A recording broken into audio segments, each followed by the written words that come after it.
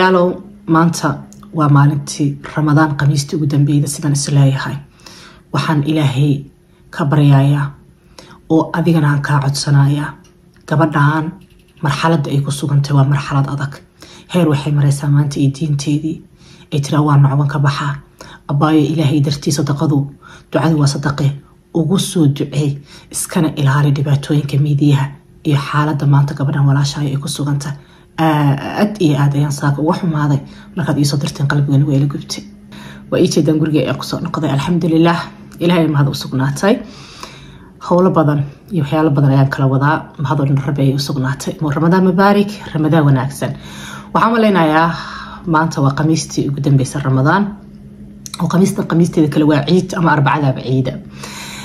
ilaahay waxaan kaaga baryayaa dambi dhaaf iyo cimri dheer iyo caafimaad iyo dadkeena inuu burcad qalbigooda isku mariyo waxaan ka codsanayaa waqtigeeda furaysid inaad ummadda muslimiinta anigu ku jiro dhammaanteen noo soo wada ducaysid qalbigan isku furno waxaan kaloo rabaa inaan kuu sheego waa bil ramadaan ilaahay aan uga baqano bini'aadankiisa walaalayaal maanta saaka markaan TikTok-gayga galay oo aan soo kaciyay waxaan arkay intaas oo qof waxay ugu soo mishin gareeyeen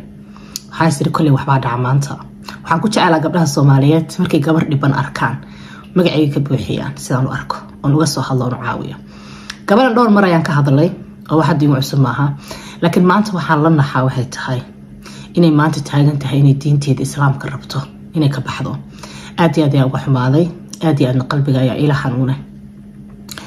waxaan rabaa inaan gabdhaha Soomaaliyeed u sheego meel kastii joogaan inaysan jirin wax caafimaadkeeda uga muhiimsan awlaada waalidka wax kastoo ka daba ordayno waxaa nooga muhiimsan caafimaadkeena qofku hadduusan caafimaad qabin naftiisana culays uu ku yahay ummadda ilaahayna culays uu ku yahay waalidkiisana culays uu ku yahay asaguna isma daryeeli karo inta aad caafimaad qabtid inta aad jaanis haysatid inta aad caafimaad qabtid ka faa'iideyso waqtigaaga caafimaadkaaga ilaasho wax caafimaadkaaga kaaga daran ma jiraan bukaan iyo baahi badan baa la isku nacaa bini'aadanku marka aad caafimaad qabtid ee aad qurux badan tahay ay ku wada rabaan maalinta aad xanuunsatid cid bini'aadan kuma rabto annaguna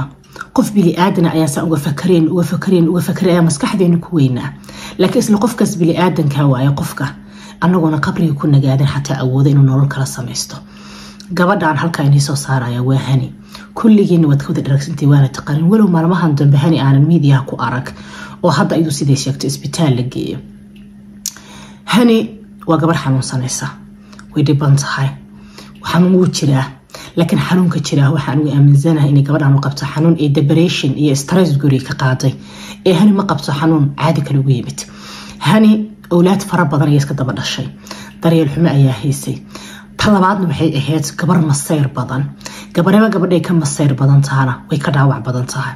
haddii aad masayr badan tahay waxaa qurux badan inaad taqaani qiimaha naftaada laakiin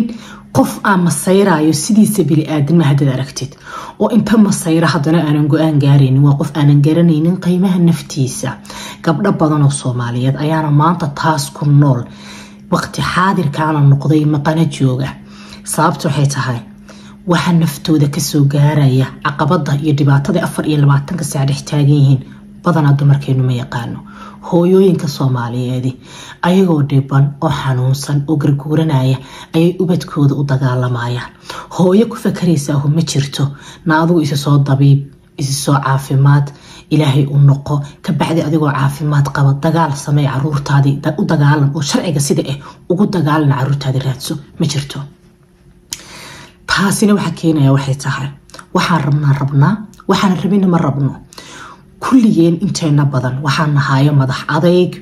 maseer meel ku salaysan aan la aqoon gabalkeen waa rabshad raadis oo rabshada ayaan jecelnahay gabalkeen buuqa ayaan banaxariis iyo raxmad u aragnaa gabalkeen bahdilka iyo jukeyska ayaan farxad ka dareennaa anigu ma garanayo laakiin hani marka aan fiiriyo hani waxay ahayd hooyo karti badan runta marka la rabo intaan ka arko hadda waxay noqotay hooyo umulaha caruurta ku xanuunsato daryeel helin waxay heshay nin sida aan dareemanaaga shiris badan ayaduna waxay ahayd naag maseer badan ninkeeduna qofka kula noolna markii uu meel kastood ka jeecanta furihiida ka helo marka uu buuqaaday qaaqdaada iyo quuqdaadu ka badato wuxuu ka soo qaadaa marka dambe darbiga inuu tahaba oo waxba ka gelin taasna waxaa ku xiga bahdil iyo silac haddaba hani baryahan meediyaha waa ay ka maqneed mana aanan ku arag laakiin maanta waxaa laysoo diray muuqaalkan on aad iyo aad ula yaabay heer ay gaartay han inay tiraahdo diinta islaamka waan ka baxayaa diinteena muslimka wax ka qaalisan ma jiraan caqabad kastoo kugu timaada laakiin qofku wuxuu diintiisa xajisan karaa intuu caafimaad qabo qofku markuu istareyso dhibaatoodo rafaado hadduusan aqligiisu u goynin inuu ilaahay u laabtaaho waxaad ogaataan inuu meel xun maraayo laakiin qofku aad leedihiin ilaahay u noqo oo salaada duko oo alla ka cabso qofkaani waa qof naftiisii iyo tii rabiba gabay runta ma kala rabo waxa aad ku celcelisana caado ayay kuu noqdaan marka hani waqtigeedii juhdigeedii maxamed ayay gelisay muuqaalka maanta aan arkayna aad ayaa uga naxay waxaan kaloo arkay inay leedahay aniga faamiligeyga oo dhamaa baahan isagana faamiligiisu villooyin ay dhex joogaan hani yeeshana markaad caafimaad qabtana faamili wax maada ugu oolin sidaan arkay oo maxamed unbaad caado ka dhigatay maanta oda xanuustana isaga ayaad caado ka dhigatay sidiisa bilaadinin qofku markuu fiyoobaa waxa uu ku waalnaa iyo markuu xanuunsadana ku waashaa waxa ku hayaa wax susay badan maaha waa depressionka umusha kolley wax kalena way jiraan waxa waa leegeliyay aad leedahay anigu ma garanayo ma sixiraa ma problem kala walaal wadanka kuma joogo ehelna kuma joogo qaraabana kuma joogto maanta cid ku garab siineysana ma jirto hani ahaatay laakiin waxaan uga digayaa gabdhaha Soomaaliyeed ee wadadan qodxaha badan ku soo jira muuqaalkan waxaan u soo qaatay waa gabdhaha Soomaaliyeed ee wadadan qodxaha badan ku soo jira ee 24 saac media ka qaaqle ee meegaga iyo qabiilada qabuuraha ka soo saarta meetida ee intoodii badneed caruurahoodii la daldashay ee gobol kamid ah Jarmal lagu qaatay waa qadarna caruurta la qaato laakiin ogaaw dadka gobol carar rabbi ayaa ku dhacda waxyaalaha aad sameeynaysan waa inuu soo laabanayaan miidiyahan faraha badan iyo dhafarkan faraha badan xanuunaha maskaxda ayaa laga qaadaa war gabdhayo istabiibo isdaaweeyo danteena aqooda nahooy hani ku qoos qaado naftayda iyo naftaaduba hani tusaalaha u noqoto nahooy dantaada aqoon nahooy dantaada garo dantaada inaad garataa ummaduna way kugu jeclaanaysaa adiguna qiimo ayaad ku helaysaa allah ku abuurtana ya raxmad ayaad ka helaysaa dantaada inaad aqootaa ama ku wanaagsanta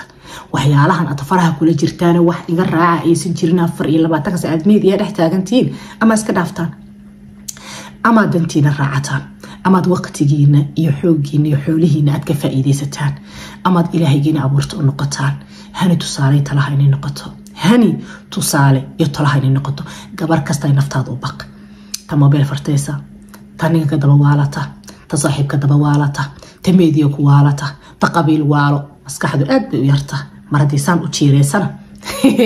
silkalka maskaxda duu wareego sidaan ayaa ku dambaysa waxbaa la geliyay naag baan ku dhex dharbaaxayay meesha ilmaha lagu miisaamooy ilmahayga xaq dar loo qaatay hooyo shuga fiira tiimer 24 saac horta waxaan weydiiyay dadkan aan u nimaadnay moogteen miidiyaha la socdaan moogteen miidiyaha daawadaan booliiska la socda kuwa ilmaha qaataa la socda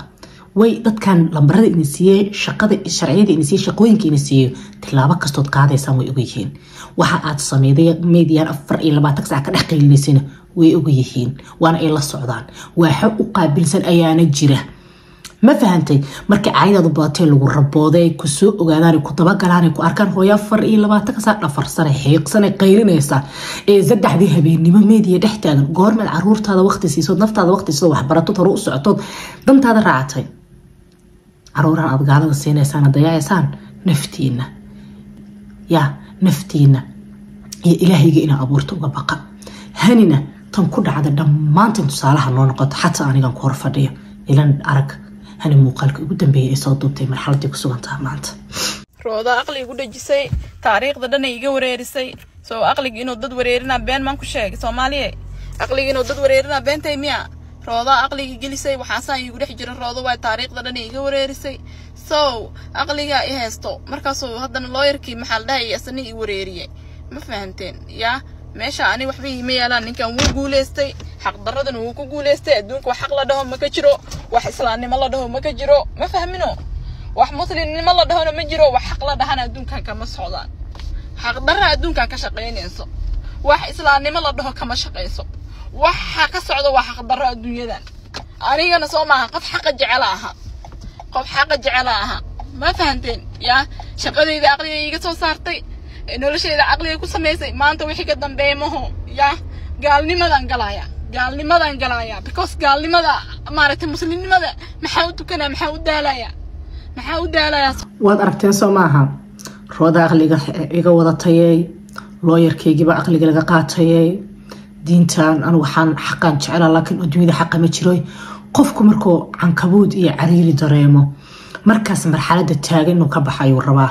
taas ayaana waxay u keenaysaa ooyinta iyo xanaaqa iyo problemka haysto beenna inay ma sheegayeen maskaxdiinu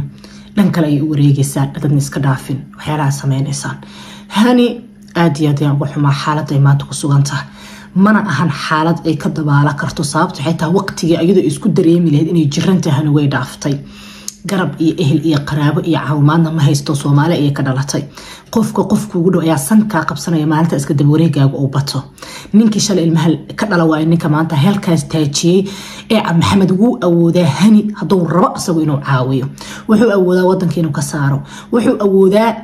ayadoo xataa dhibaysa inuu wax han u qabto ku sameeyo waa qofka kaliya oo maqlo laakiin walaalo maalinta jirto cid rabta ma jirto anigaas maanta ku hor fadhiya is dhibankaygu dhalaalayo maanta cid kasto bili aadanaydan xisaabsanahay dabaqad aad u wanaagsan ayaan uga jiraa familiga iyo dhan kasta markii la fiiriyo laakiin markan iska daba wareego ee maskaxdu i jireeso cid i tirsanaysa cid bili aadan oo ii baahan ma jirto gabar Soomaaliyeedna qabiil waxay leedahay inta ay qurux badan tahay caafimaad qabto mar hadaadan caafimaad qabin xanuunsan tahay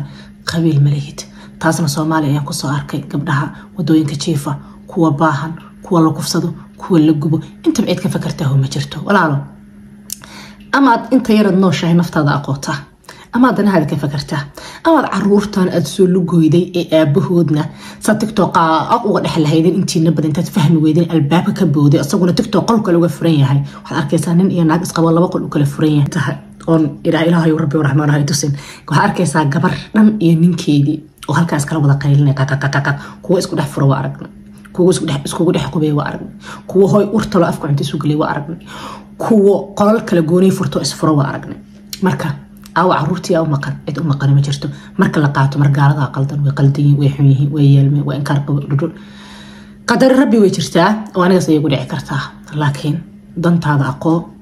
ilaahay ku abuurtana ka magan gal adduunyada iyo sharteeda halkan ay ku soo gabagabay waa bil ramadaane